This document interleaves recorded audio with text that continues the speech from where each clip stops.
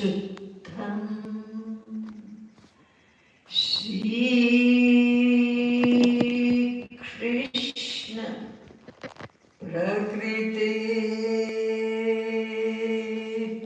परम नमः कमलना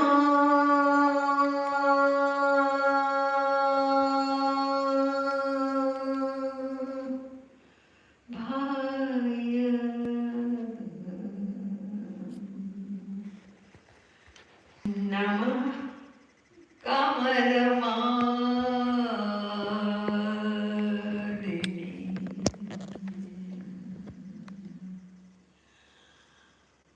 नमः कमलपादाय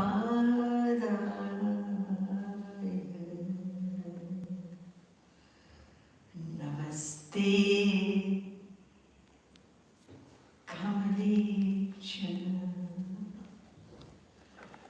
यो ब्रह्माणं विदधाति पूर्वं यो वै वेदांश्च प्रणोति तस्मै तन्मन्देवमात्मबुद्धिप्रकाशं मुमुक्षुर्वै शरणमहं प्रपद्ये।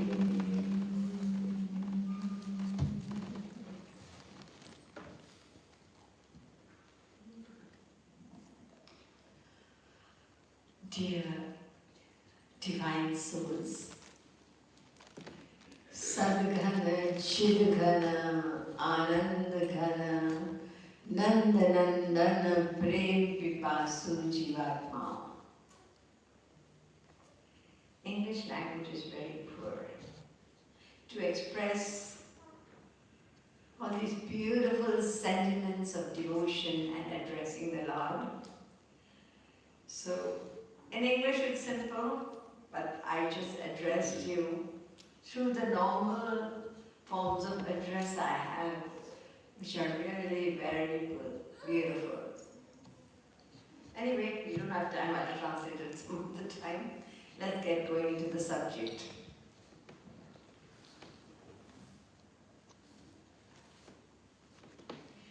Yesterday, I began with the important fact that meditation is the very heart, the very soul of all spiritual practices. The reason being that it is only through this that the involvement of the mind takes place. This is the only technique that involves the mind. All the other practices that we do, they may or may not involve the mind. For instance,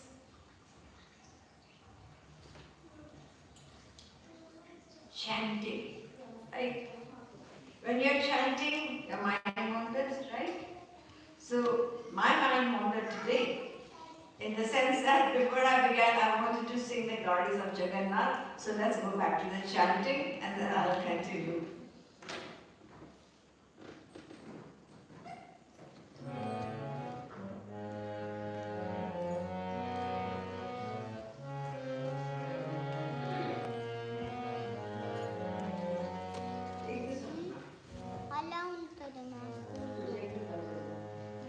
Jai Jagannath, Jai Jagannath, Jai Jagannath, Swami Jai Jagannath, Jai Jagannath, Jai Jagannath, Jai Jagannath, Swami Jai Jagannath,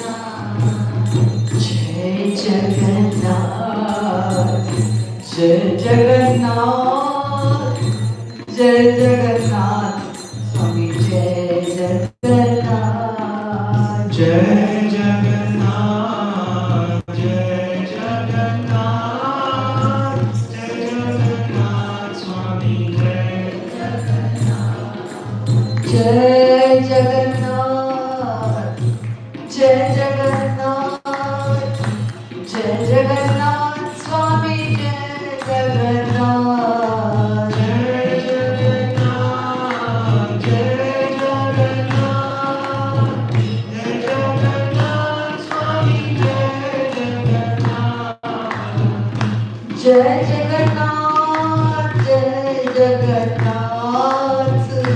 Jai Jagannath, Swami Jai Jagannath, Jai Jagannath, Jai Jagannath, Swami Jai Jagannath, Jai Jagannath, Jai Jagannath, Jai Jagannath, Swami Jai Jagannath, Jai Jagannath, Jai Jagannath, Swami Jai Jagannath, Jai Jagannath, Jai Jagannath, Jai Jagannath, Swami Jai Jagannath,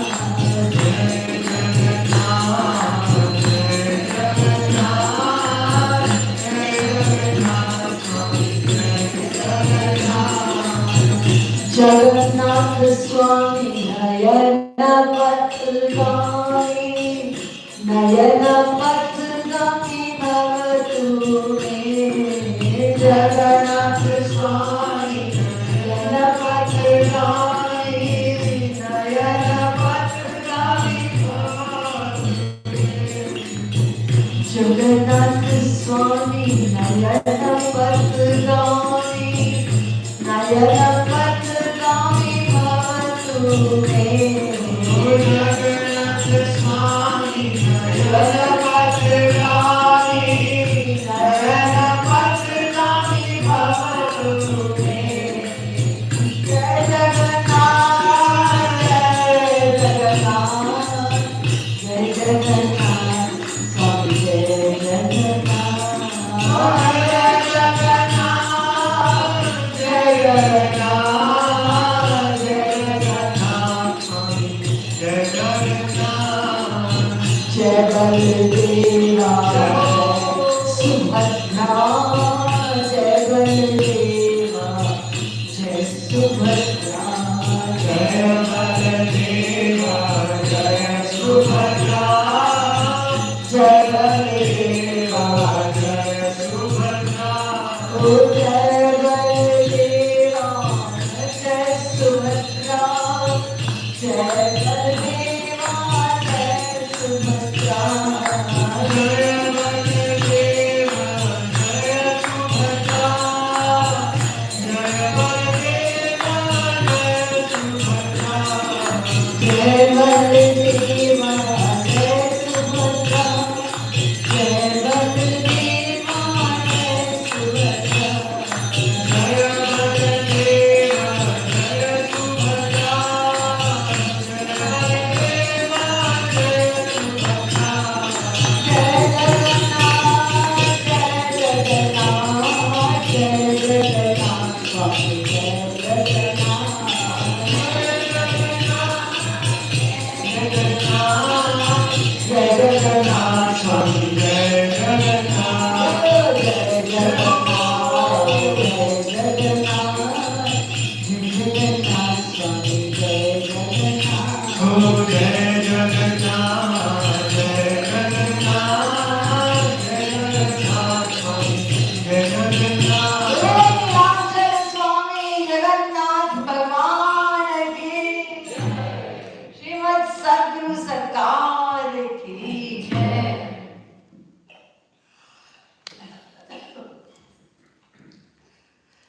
So meditation is the only technique where the involvement of the mind is necessary. In all of the practices, the mind can possibly wander. If I'm speaking to you, yes, I can see all of you all are paying rapt attention. But sometimes, without even knowing it, the mind wanders somewhere, right? I've got to do this once I get home, or I have to give the children something or the other, mind wanders. Or if you are reciting some verses, it often happens when we do arti as well, right? A regular arti, it's all by heart. So, before you know it, your mind has wandered, the arti is finished. It happened to you, right? So, the mind can wander in other forms of practice, but meditation is only about the mind, right? And why is it so important? We've got other sense organs, right? Eyes, ears, everything is there. Why is the mind important? As I said, meditation is the heart of all spiritual practice, and the reason is involvement of the mind. But why is the mind important? We need to know that as well, right? It is important because the mind is the culprit. Culprit, yes. All the misery, all the suffering, all the stress, all the bondage of karma, the cycle of birth, everything is due to the mind. The scriptures very frequently refer to this fact. Chetam kalpasya bandhaya muktaye jatmano matam guneshu sattam bandhaya radhamma punsi muktaye Bhagavad Puran 3:25-50. Manam paramakaranam mamananti. The mind is the cause. 11:23-43. And this particular mantra which I'm going to tell you, this is there in not one scripture, but hundreds of scriptures. What? Mana eva manushyanam karanam bandha mokshayo. Shatayani Upanishad mantra 1. Same mantra in Brahma Bindu Upanishad number 2. We have the same thing in the Panchadashi. We have the same mantra in the Narad Puran. Because it's important, we need to know that the cause of our bondage is this mind. And it is this through this very mind that we can be liberated. So this mind is on one side, it can be our greatest enemy when it traps us into karma, attachments to the temporary world, and the same mind can be our greatest friend when we involve it in that right meditation which we are going to talk about. The same mind. And the second important point about this is, the mind is the doer of every action. If you are looking at something and your mind is thinking something else, you haven't seen. Often we pass people. I mean, it doesn't happen here because nobody's on the street. You're in your cars, you pop it. Okay, maybe you've gone to a superstore, right? There people are walking around. And somebody who is one of your friends from school, she looks at you and she smiles. But your mind is on what you need to shop and rush home, right? And she smiled at you and you've seen her, but you have not seen her. Right? Why? Because the mind was not there. So the doer of every action, please keep this in mind. It's not our hands, our eyes or ears. The mind can use these sense organs for the sake of seeing, hearing, etc. But the mind has got its own sense organs, and we know when we dream at night. You see in your dreams, you hear in your dreams, you taste in your dream. Eyes are closed. Ears, you don't hear anything. The mind has got its own internal sense organs. So in the Yog Vashisht it says, Manasaiva kritam pramam na shariram kritam kritam. The body, the sense organs are not the doers of action. It is the mind that is the doer of action. Now, an uncontrolled mind brings anxiety, stress, misery, etc. Whatever we experience is not under control. It's like a TV channel which is out of order. Then what happens? It just keeps flashing different programs because it's out of order. Same way the mind, it flips from one thing to another. We always experience that. We sit for meditation, it's here, there, everywhere, right? So that's the nature of the mind. And therefore it brings stress to us. And in order to relax this mind, in order to improve concentration, meditation has been used not only, it is an important practice, most important practice as far as spiritual seekers are concerned, but even atheists, even agnostics, because stress is a universal disease, isn't it? So they're looking for some way that they can be able to relax in life, and therefore we have as many teachers and as many techniques as there are people who meditate in the world. I mentioned some of the techniques yesterday that are being followed by people all over the world. Sometimes some people meditate between the eyebrows, some people meditate on a point, some people meditate on the flame of a candle, some people meditate on the breath, some people try to bring the mind to a thoughtless state, that's also part of meditation, and some people watch the thoughts, some people meditate upon the psychic centers in the spinal cord. So there are so many various different techniques being practiced by people, and it does bring about relaxation, helps in concentration of the mind.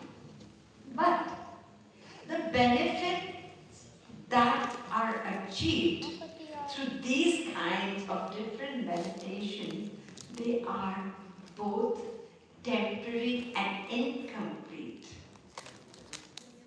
How? So long as anger, greed, jealousy, hatred, all these negative emotions reside in the mind, right? So the moment these negative emotions give way, the environment is such, then what happens? These negative diseases of the mind, they quickly destroy the concentration and benefit that has been gained through these meditations. Why does that happen? Because these different techniques, they do not address the main issue of purification of the mind. Note this. The important goal, the mind is the problem, right? And these are diseases of the mind. Very, very powerful diseases. Anger, greed, jealousy can corrode a person. Literally a person can, people suffer. They go to a psychiatrist and they say, I don't know what's wrong, I got pain here, pain there. And after a long discussion that a person has with the psychiatrist, maybe some psychiatrists here, right? That's some professional.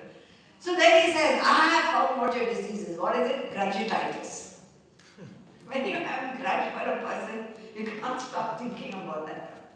The moment, without even seeing the person, he said this, he did this, he did this.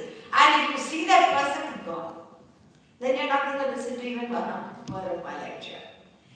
So the mind needs to be sorted, it needs to be treated. By treatment, we mean purifying the mind, healing this mind of ours, which is giving us all the problems. We are revolving in the cycle of birth and death.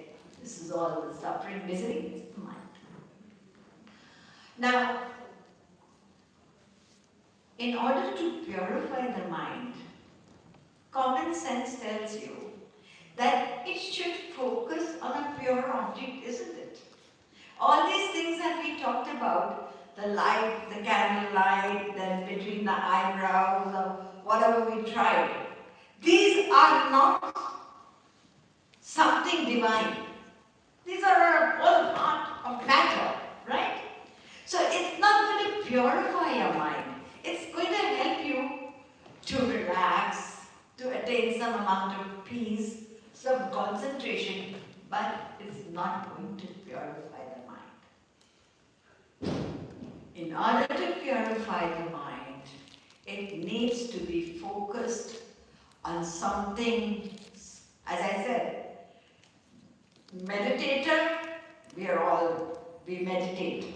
And the process is close your eyes. Most people do that. Of course, when there are very evolved devotees, the eyes are open and they are in a state of meditation. That's a different matter. But most people, they close their eyes, right? Two things are common, but what is different is the object of meditation. Now here, meditating and focusing upon the pure is going to purify the mind. You must have heard, it's a quote or what it is, I don't know. What you think you become, right? So if you are thinking of the pure, the mind will start becoming pure. Simple. Thoughts are very powerful. Now when it comes to pure, what is pure? What is divine? God, the saints, perfect saints, the name of God, the form of God, the qualities of God, Bhagwan ka naam, gun, leela, dham, sun. This is the pure area. That's why meditation is about spirituality. It's not about this temporary rewards. But because we do not want to go further, this is fine for us, a little relaxation we get. But we are going, obviously we are going deeper to get the real benefit. What the scriptures talk about when they talk about meditation, it's something spiritual. So the focus on the pure is gradually going to purify the mind, and at the same time, this gradual purification will result in the experience of peace and joy. Those diseases of the mind, they are lessening, right? As you progress on the devotional path, what happens is the diseases will go only the day we surrender through grace of Sri Krishna. Daivesha gunamai mama maya duratteya mamevai prapadyante maya metan tarantite. ये atomic वाक्य है. Law है Sri Krishna का. 7th chapter 14th verse.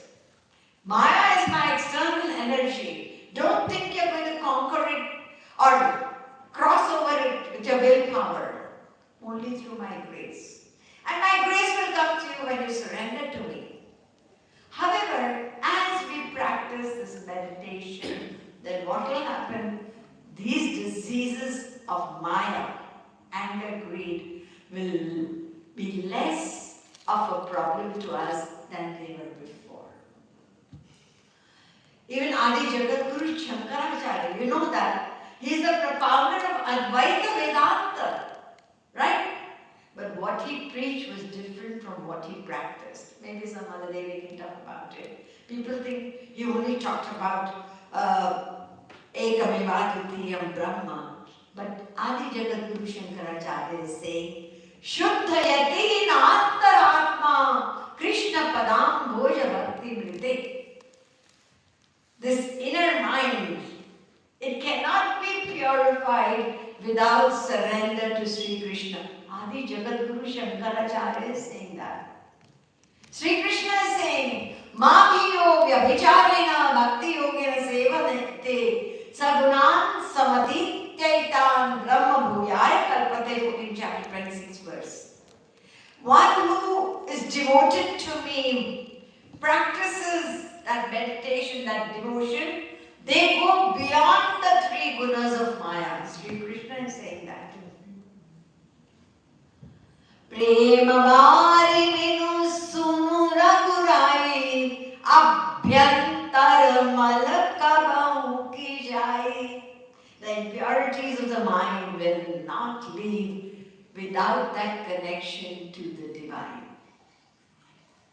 So the simple fact is that meditation upon God is the true meditation. In the sense that is what is going to purify the mind. And this pure, when the mind becomes pure, it becomes ready to receive more and more grace from God.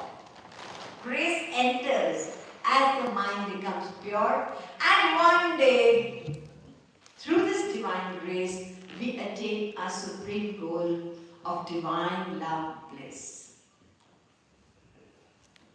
Now the next important fact is that we were just talking about Adi Jagadguru Shankaracharya. So a lot of people, they believe that God is formless, right? And especially in today's world, it's very intellectual to think that God is without a form. We think those people who focus on God with form, they're just playing with, like toys or something. Like little children they have. So it's intellectual to think of God as formless, right? But Adi Jagadguru Shankaracharya himself said, Dveva Brahmano Rupe Murtan Chaiva Murtan Cha Murtan Chaiva Murtan Dve Eva Brahmano Rupe. Even the Brihadaranyaka Upanishad is saying that God is both with form and formless. To say he is only formless, wrong. To say he only is with a form, wrong. He is both. And this is what Adi Jagadguru Shankaracharya is saying. And this is the very question that Arjuna put on our behalf to Sri Krishna in the Bhagavad Gita. This is the confusion not of today, time immemorial. So he asks Sri Krishna, Evam satata yukta ye bhaktas kam paripasate ye chapyaksharam avyakta tesham ke yoga vittaman. Right, chapter first verse. Oh, Sri Krishna, tell me one thing, another question. It's all full of questions on our behalf, the Bhagavad Gita. Those who worship you with form and those who worship you as the formless. Tell me, who is the superior of the two? Right? And Sri Krishna said, no superior, no inferior. They prabhavanti mameva, chapter 4. They will both come to me, both paths will lead to me. But there is one important thing that I want to tell you, Arjuna. What is that? Klesho dikataraste sham mabhyakta satta chetasam abhyakta higate dukkam deha vadviravapyate. Chapter 5th verse. For embodied beings, all of us, worship of the formless is not only difficult, it is extremely difficult. Sri Krishna himself is saying, and we ourselves can see that in our own lives. Just check your phone and see how many photographs you have of yourself. How many selfies and children and everything. What is this? The eye cannot be photographed, right? We have only photographed in the outside. And every institution, those who believe in formless, they also hold on to some form. Every religion. Some people are worshipping stones, some people are worshipping the book, Granth Sahib, some are worshipping fire, some people are worshipping they're telling on beads, they're worshipping Mary on Jesus on the cross. See, everybody holds on to something. The mind needs something to hold on to. If you're talking about meditation on the formless, tell me what you meditate upon. Close your eyes, meditate. What is the name of your formless supreme? There's no name. Okay. What is this form? There's no form is formless. Then what's going to happen? Blank, right? So you know whether you can do that. Most people who believe in the formless, they try to meditate upon light. Or some do the sound. But even that is not formless. There you go. We want, the mind needs something as a support. That is why Sri Krishna said that. And besides to worship the Supreme Being, he deliberately descended. I mean, it is eternal. Sri Krishna is an eternal entity. It's not that when he descends and he goes away, it's over. No. He eternally resides in the divine abode of Vrindavan. Lord Ram is an eternal personality residing in Saket Lok. So, God with form to focus on meditation. This is called devotional meditation. Loving meditation on the form of the Supreme Lord. You see, in Bhakti Yoga tradition, our love sentiments, they are very important, and it is human nature that it is a part of our personality, the nature that we want to love and receive love. Now, love that is focused on this material world, it may be things, it may be people, it brings about frustration because one day we are separated. It is temporary, isn't it? Prem yadi jag se jude Govind Radhe Jeev ko sada mere dukh hi bata de. Inevitably we have to separate. And even once we are living, that feeling, whatever we call it, we label it love. But the saints say it is asakti, an attachment. This also goes up and down according to the fulfillment of our own interest through each other. We are always expecting from each other, isn't it? And why do we expect from each other? Because we want love. And nobody has that pure love. Do you know that love or prem is actually an intimate, highest energy of Sri Krishna? We don't know that. The only thing we know is, I want to be loved, I want to love. It is our nature. Even birds and animals have been given that nature. Now, if this love is focused on the source of love, Prem yadi hari se jude Govind Radhe Jeev ko sada mere sukh hi bata de. If you focus that, the love, the soul has got a relationship with the divine, right? When we focus on love with this understanding, in the world, we accept our relationships as a part of the divine. We are all one family. Then that love is not going to be with selfish expectation. Because we are bringing Sri Krishna into the fold. This is what I tell those who have children. They just had a child. And I said, look, did you make the body of this child within your womb? Did you do anything about that? No, all I know that the child, for 9 months within my womb, the body developed. Who was doing that? Just think, seriously think. The mother was planning what to name the child, what clothes to buy for the child, and husband and wife are already arguing about, I wanted to be a doctor. No, I don't think. The life of a doctor is very terrible. I'd rather she becomes a IT consultant. The child is not yet born and you're jumping to what they should become. So, but what is happening within the womb?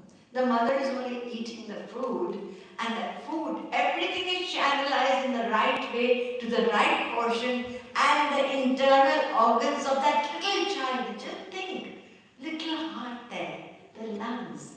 The heart is throbbing inside. Those little nails of the fingers, those tiny little soft toes, everything, think about it, the eyes, the ears. Invisible hand is there. So when you think about that, the first parent of the child is Sri Krishna. You are a secondary parent. You've been handed this soul to look after. Give it good sanskars. Bring it up with the right kind of behavior. Whatever you can do, education, everything. But remember, you're a go-between. And that's why we say, Tomeva Mata Cha Pita. This is the reason. It's not just reciting a shlok mechanically. There's a deep meaning to it, right? So, that love that we have, when it is through Sri Krishna, it comes to the rest of our family and the world, then it is a pure kind of love where the expectations are lesser. Expectation leads to arguments and stress in relationships because we are expecting from each other a perfect, unconditional love, which is not there. It can only be there when we surrender and with grace we receive it. Unconditional love, pure love, is of the realm of God and the saints. We are seekers of love. We desire that love. So if we make the fountainhead of bliss and love the object of our meditation, then what's going to happen? Then we will slowly start experiencing that love and bliss, and we will start feeling more fulfilled as the mind becomes pure because you're meditating on the pure. Now the next important thing is, in this devotional meditation, we must establish a close relationship. I'm just talking about Sri Krishna because that was, and I would suggest that we all focus on one form of the deity. This is another important fact. Because most shrines that I see, they are full of many, many different forms of the Supreme Being. It's okay in the temples because everybody has got different, whichever background they come from. Some worship Jagannathji, some worship Lord Ram, some worship Lord Shiva. That's fine. But for your own personal development in meditation, as it is, this meditation is not easy, and we give up hope very easily when we want to do it, right? Oh, it's difficult. You see, anything you start new, this will be the state even in the world. Think of a teacher who has to go to university to teach. The first day the teacher stands before all the students. What's the situation? Internally, she's nervous. She's literally, internally, her feet are trembling. She's going to address all these adult students in the university. So, it's not something that she's doing it very easily. But gradually, as she does it, then she becomes an expert. It doesn't bother her. Just think of when we were a newborn child, lying down straight, and then wants to turn, but finds it difficult. कोशिश करता है करवट बदलने की, फिर सीधा हो गया, फिर कोशिश की, फिर सीधा हो गया बेचारा। करते करते कितनी बार कोशिश करने पे आप करवट बदल ली, है ना? उसके बाद सबको देखता है बच्चा, सब बैठे हैं, everybody is sitting. I wish I could sit. I wish I could. Of course, the child cannot express itself, but wants to do what everybody is doing. And the mother tries to make it stand gradually as it's growing up. उठा के बिठाया तो क्या हुआ? लुढ़क गया. फिर बिठाया, फिर लुढ़क गया. How many times did it happen, right? And with many attempts, eventually that child began to sit. And after sitting, the desire was to stand, to walk. We have forgotten we went through all that. So many attempts. When we learn to walk, how many times we must have fallen and hurt ourselves, and now we are running about. Did it happen? Just over one day? No. Same thing with meditation. But this is the simplified meditation in the sense that to meditate upon the form of God and why with love. I'm explaining little by little. So now these saints, the Rasik saints of Vrindavan, they tell us to establish a close relationship with God. Don't think of Him as an almighty up there, ready to punish you, and He's all powerful and He's omniscient. No, none of those degrees. He is mine. I belong to Him. So 4 sentiments or relationships have been primarily suggested for those who are practicing that devotional meditation. One is, Shri Krishna is my master, I am his servant, I want to serve him. I want to have a closer relationship. I've heard that he used to play around with his friends and they would climb on his back and they would sit and eat together. So I want to have Sri Krishna as my friend. Sakhya Bhava, your eternal companion. Swami Yogananda wrote a book called Eternal Romance. This is what it is. Our eternal romance with the Divine whom we belong to, and forgetfulness of Him is responsible for all the suffering that we are going to. We belong to Him. We have started thinking, I'm His body, so I belong to this world. That's what's happened. So I said, meditation is about reprogramming on the mind, of the mind. This devotional meditation, Bhakti Yoga, is actually a heart-based practice. But intellect plays a very important role. It's not a blind faith. We need to first understand intellectually why. Yesterday I started this foundation. What do we desire? We all desire happiness. And which happiness? Everlasting, unlimited. And we are seeking everlasting, unlimited happiness from the temporary, limited world. And that's frustrating us. We don't know the reason, but frustration is there. We try again and again, one after the other, once I do this, once I get this, and eventually we leave the world without being fulfilled. Because we are looking for in the wrong place. You want to buy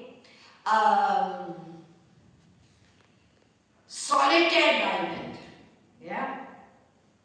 Great, solitaire diamond. My husband gave me, I wish I could get it for my engagement, and solitaire diamond. And where are you standing? You're standing outside a shoe. You go to a shoe shop. Shoe shop, and you tell that person, can you show me what diamonds you have? I want to buy solitaire. And he's looking at you unbelievably.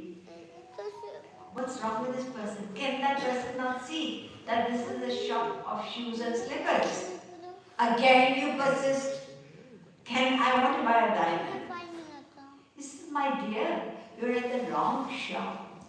The diamond shop is in the next street. Go over there. And you still persist. I want the diamond. I want the diamond. Then पागल है, जाओ यहाँ से.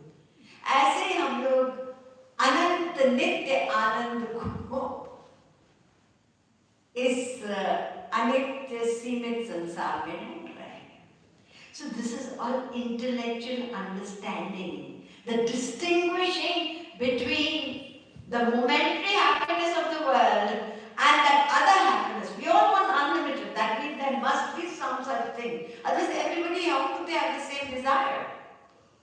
Eternal, everlasting we want. And nobody taught you. That means such happiness must exist, right? So therefore, this intellectual understanding is important for you to remain steady in your spiritual practice. Because you have understood it, right? So intellect plays a very important role. It's not just blindly accepting something. We've been talking about this in a logical way from the scriptures. Why purity of the heart is important, and why this devotional meditation on form is easy. Sri Krishna is explaining that. We are all used to form. So everything is being discussed step by step. Now the relationship I'm talking about, we are attached to each other. And we are saying, Jasakha Tvameva. The shlok says that, no, you are my friend. And here, Satyabhava. Sri Krishna is my friend. I want to come closer. The closer relationship that I want to be the mother. I have read the beautiful Leelas, the pastime of Sri Krishna, and how Mother Yashoda enjoyed him. The Supreme Lord as a little child, and she was cuddling the child, giving love to the child, enjoying his mischievous, playful pastimes. He's demanding to have this moon and crying for that, tantrums. She tries to put it in a bowl with water, and the reflection comes there, and she says, don't touch, otherwise the moon will run away. And he is naughty, he kept looking, and suddenly he put his hand into the water and shook the water. No, you're fooling me, tantrums. You have to give me something. What do you want? I want to get married. I want a little bride. Only 3 years. Joy, what kind of bride do you want? I want a really small bride, so that I can take her when I graze the cows and put her in my pocket as well. This sweet pastime. Take her up and then talk to her and then put her back. Little child, these beautiful pastimes. Sri Krishna's child. I want him as my child. This is called Vatsalya Bhav. And the highest of all the Bhav, the saints, the Rasik saints suggest, Madhurya Bhav. He is the divine beloved, my beloved. The feelings that the gopis had for Sri Krishna, for which Sri Krishna said, I will remain indebted to you forever and ever for your pure love. They love Sri Krishna only for the sake of pleasing him. This was the pure love. So any relationship, except one of it, and in your meditation, try to bring Sri Krishna before you. He is my friend, and what you would like to do with him as your friend. Our Maharaji, Jagat Guru Tam Shri Kripalaji Maharaj, he says, you like cricket? You like football? Okay, come on. You can have Sri Krishna playing cricket with you. He makes it sound so easy, like when people say, I'm going very speedily, but listen very, very carefully. The first plea of people when they are asked to meditate on the form of God is that, how can we meditate? We haven't seen him, right? We see everybody in the world, but we haven't seen him, then how can you tell us to meditate on him? The fact is, it is difficult to meditate on somebody you have seen. Suppose you are asked to meditate upon, say, your father, right? So, the meditation will be accepted as correct if everything about the Father comes before you when you close your eyes. Do you remember the shape of his ears? We don't. You have a vague idea, right? So we cannot exactly meditate upon somebody you have seen. But with Sri Krishna, you are totally free. You can imagine any form that you relate to easily, right? You are free. Any age. I want Sri Krishna as a small child. No, I want him as a 12-year-old. I want him as a 16-year-old. And Sri Maharaji says, Tvam Jino Dandena Vanchasi. There are people who are senior, they become old, nobody cares for them. Sri Krishna says, I will be with you because I can become like you. I'll hold a stick and we can both walk together. The Vedas are saying this. Whatever you like, whichever form you like, I like Sri Krishna to be fair. Some people, they like the blue complexion form. Somebody, like you see, Lord Jagannath is dark. I don't like him dark. I want him to be fair. You are totally, totally free. Just think. Any form, any age. I would like to dress him like this. Not the way they do it traditionally. Just like I dress up, I like you to dress up. No problem, you can do that. Long back, only 10, 15 years back. I don't know which pujari it was. He dressed Bihariji in jeans, right? And holding a mobile. I don't know how it happened. But the papers were full, it flashed. The media took it up as a big thing, and some people, they just accepted it, but there was a big quarrel about it. How can you do it? It is against the tradition and this, that and the other. There was a lot of chaos outside the temple. And when my spiritual master read the newspaper, he said, why are they creating such a fuss? I always say you can dress them in jeans, you can dress them in whichever way you want, you are free. Eventually, when the mind gets purified through this imagined meditation, then we are graced with the actual beautifully, infinitely beautiful, attractive form of Sri Krishna.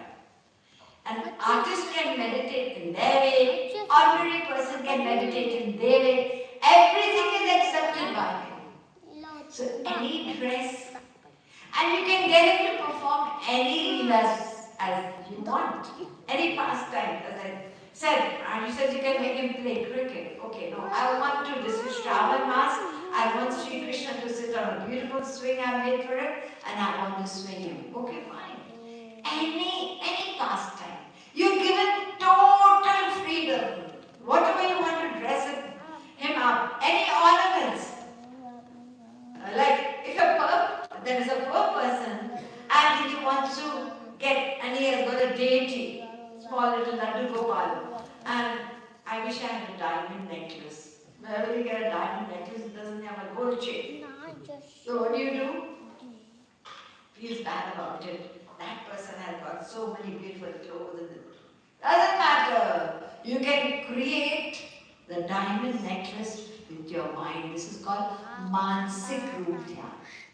Meditating with your mind. You don't need to have a murti. You can create your own murti, your own form of the Lord. This is the beauty, this is the freedom in devotional meditation of the form of God. Choose one form, as I said. Why? Because choosing one form helps your meditation to go deeper and deeper. Whereas if you think Monday today is Lord Shiva, I meditate on him, Tuesday I meditate on Hanumanji, and Wednesday I do this, the meditation is not going to focus. The mind will not focus. So that's why. And then when there's a relationship, we have to focus. All saints said, focus on one form. Sudaji, it was Sri Krishna. Meera, it was Sri Krishna. For Tulsidas, it was, and they all knew that both are one.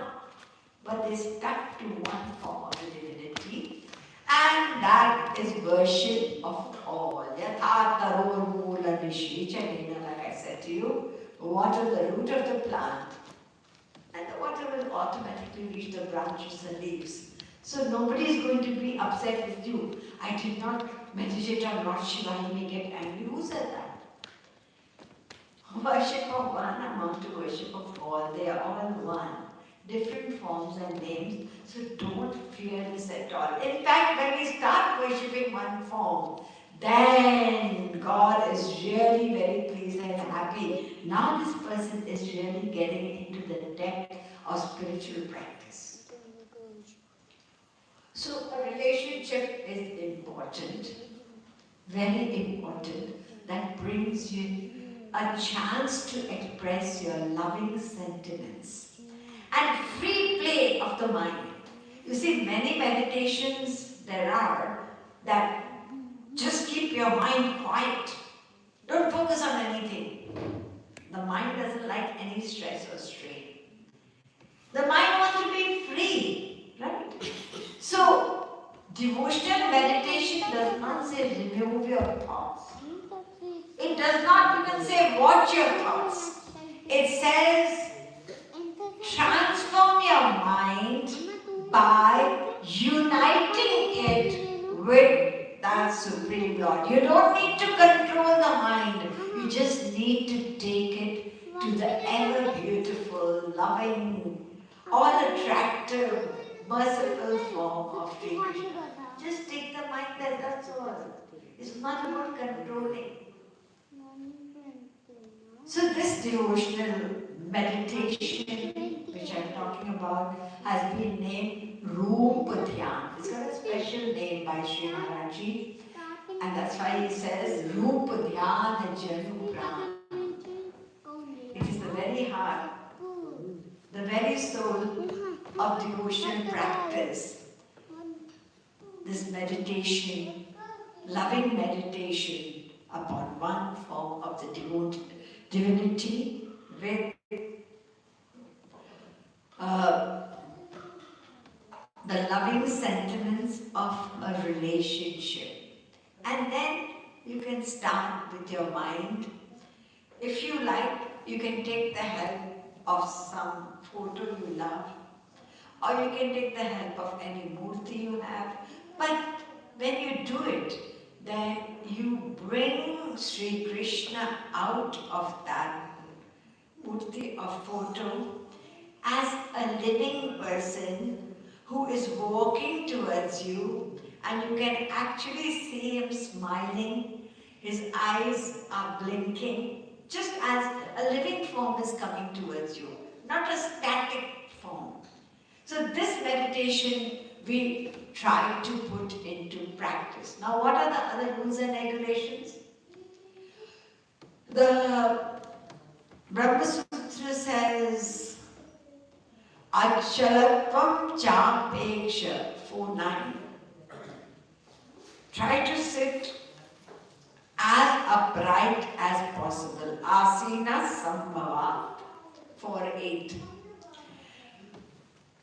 If we have a problem sitting without support, you can take support, but try to be as upright as possible, because very quickly sleep, drowsiness can take over as well. When you are not able to focus, then what will happen? The mind may possibly go to sleep. So sitting upright is important, and dhyana cha. You need to practice that devotional meditation. ध्यान में लाना पड़ेगा श्री कृष्ण को. So external rules, a place of solitude is important where you're not distracted. The least thing that happens around, it gets distracting, isn't it? So try to pick up a time and place where you will not be disturbed. The very first thing that disturbs us is our mobile phones. So just leave it out, switch it off. This is my appointment time with my Sri Krishna and nobody else, right? Switch it off. Now we are ready. So what do you do when you begin? Now you have to forget all your physical titles. Your name, I'm so-and-so's father, I'm his brother, I'm his son, I am his wife, daughter, etc. I am a soul. I am a divine entity. I'm a part of Sri Krishna. So you leave this physical body, material body, and within your mind, you create a divine body. You have a divine body, you're a divine entity. So that body, like a divine spirit, a beautiful body, a body that has got natural, you could say, fragrance or perfume. So you come out of this body and imagine yourself in a divine form. Now with this divine form, you are crossing this area of material Maya, which has trapped us since time immemorial. So going beyond this material region, you come upon a river. This is all described in the scriptures. It is called Virija Nadi.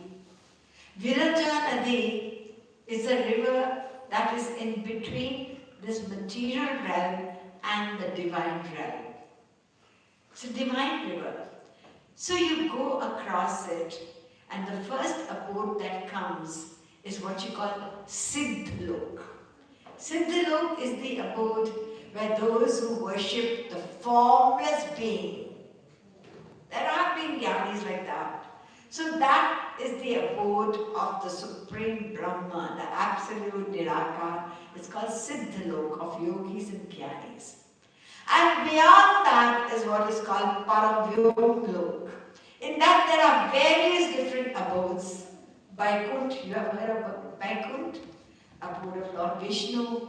There is Saket Lok, abode of Lord Ram. And then there is Golok. Golok is the divine, the huge divine abode, highest of all, of Sri Krishna. And you have reached this divine abode of Sri Krishna, and you make your way to the very heart of Golok, which is divine Vrindavan. You are desperate to go there. You want to see your beloved Sri Krishna, your eternal friend, whom you have befriended for time immemorial. He is actually waiting for you. That's why he gave us his human form. So we have reached that divine abode, that abode of Sri Vrindavan.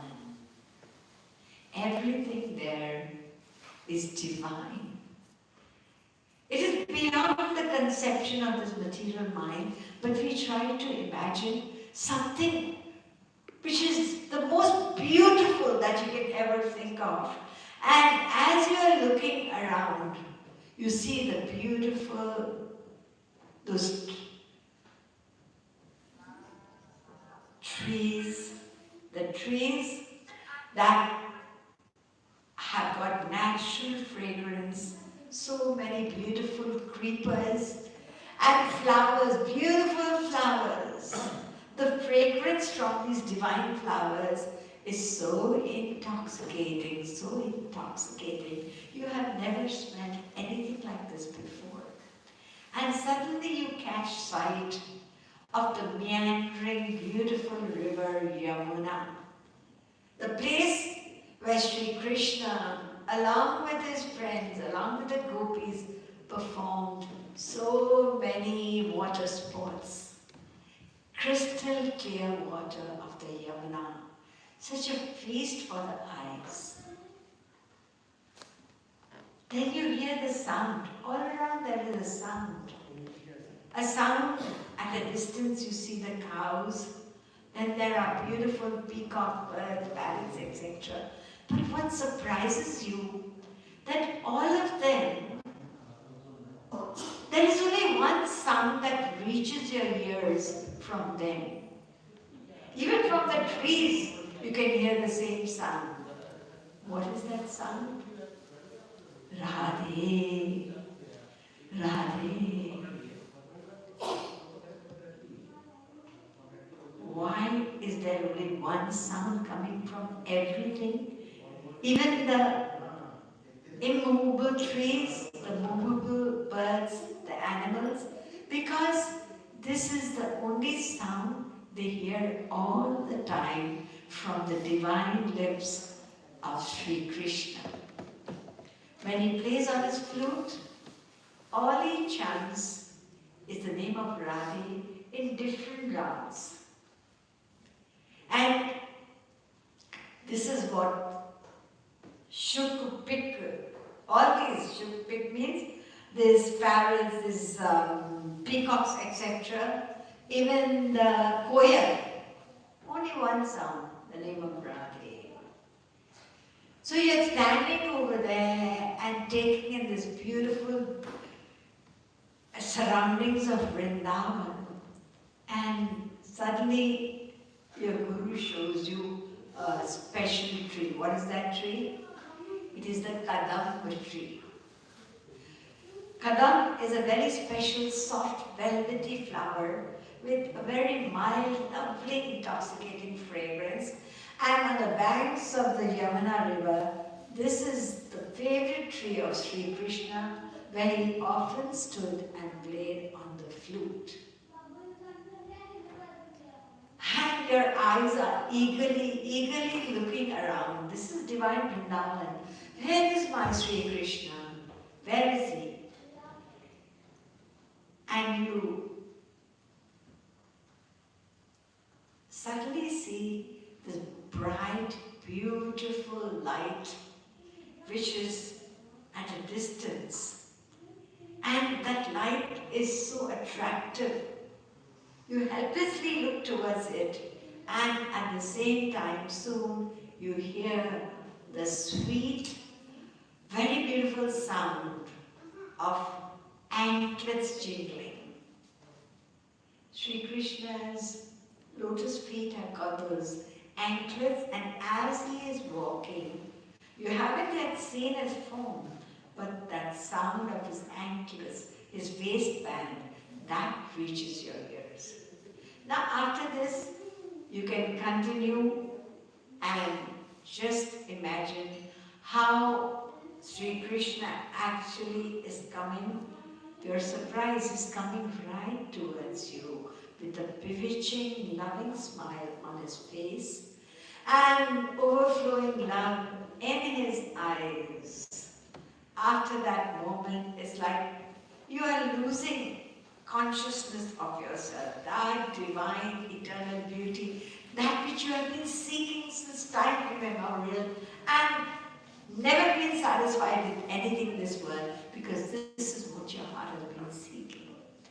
And you rush towards Sri Krishna, fall at his feet.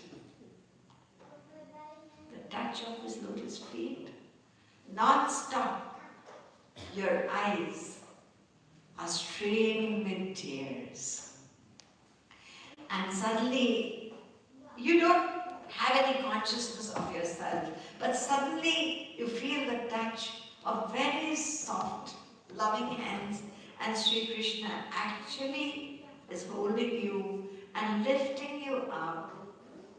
You are mine. I've been waiting for you, and he embraces you lovingly. Just try to imagine that divine embrace. That is now extinguishing that fire of desires that have been tormenting us for countless lives, and finally you have experienced that unlimited divine love bliss which your heart desires. So I've just given you a simple guideline. You are totally free to meditate as you like. So today we have a small little composition by Jagadguru Sri Kripaluji Maharaj, and it is describing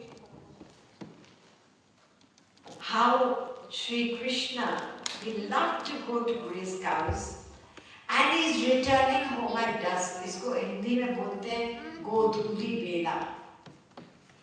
It's very sacred time, the dusk time.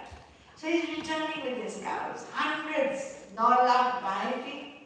आगे आगे श्री कृष्ण चल रहे हैं, साथ में बलराम जी भी चल रहे हैं, और श्री कृष्ण अपनी मुरली बजाते हुए वो ब्रज की धूली जो है उनके ऊपर आ रही है, because the cows are also moving. So all that dust is flying and it is coming on him, and he is looking ever so beautiful. His original complexion now has become fair, and here as he approaches, the gopis who have been waiting all day to see him again, they see him going, and every moment to them it seems like an age. He's not yet coming. His eyes feast on his divine form, and at that time, this is a verse from the Gopi Geet, Atatiyad Bhavan Nandikananam Trutirugayate Twam Apashyatam. The gopis are cursing Brahma, the creator. See, Brahma is different from Brahma. Brahma is the supreme being, and Brahma is the appointed creator by Sri Krishna. So they're cursing Brahma. Why did you make this process of blinking in the eyes? You know, we are all blinking our eyes from time to time. Do you feel a gap in seeing? No, right? But the love and the desperation and the longing of the gopis was so intense that fraction, not even a fraction, what could you say? That little moment when we blink our eyes, they could feel that they couldn't see Sri Krishna for that little time when the eyes blinked. So they cursed him. Didn't he know that we are going to see Sri Krishna? Why did he make this blinking of eyes in our body? So that's their desperation and longing, and they are watching him coming home. So this particular composition describes Sri Krishna coming home with the cows and playing the flute.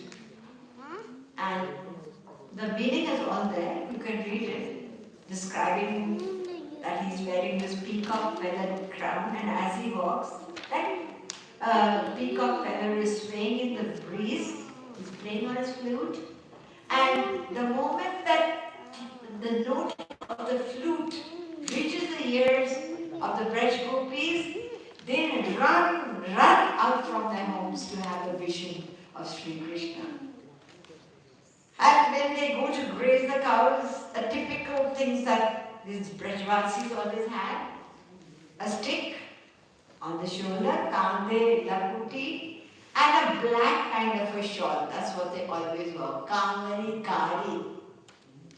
Alat urji manabhavat. Always been playing. And then now the breeze is also blowing. So it's beautiful curly locks. They are all entangled. So try to imagine those beautiful curly locks of Sri Krishna. And all are entangled, and they are really, the mind really relishes the sight of his beautiful curly black locks of hair. So kripalu jhanki jhankanahit. Now to see that beautiful vision of Sri Krishna coming, Lord Shiva comes running. And he forgets his samadhi at the Kailash. I want to go and see my beloved Sri Krishna coming home, raising the cows. That vision is special for me.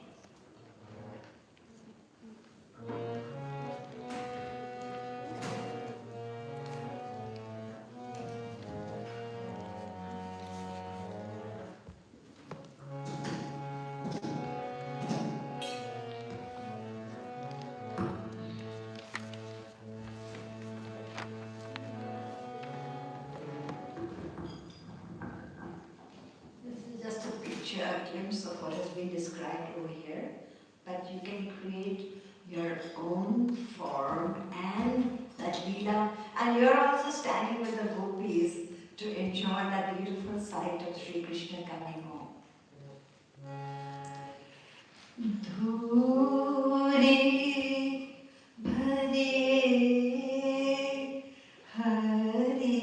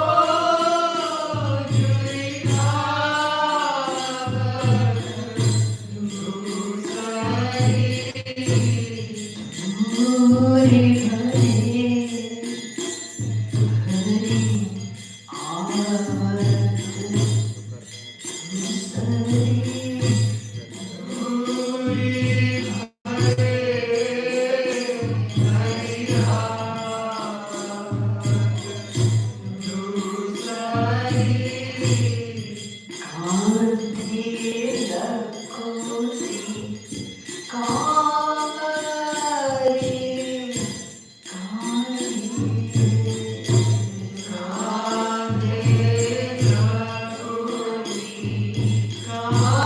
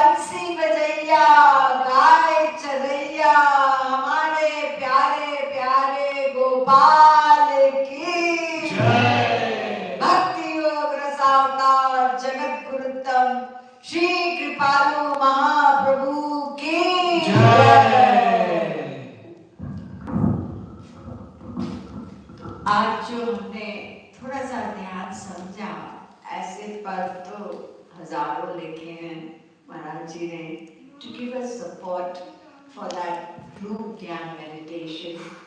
So everything is written, it's like coming alive before you the more we try. इस मिलन, इस रूप ध्यान को हम मिलन का कहते हैं. You're actually with them, you're watching them. But there's another kind of meditation, and what is that called?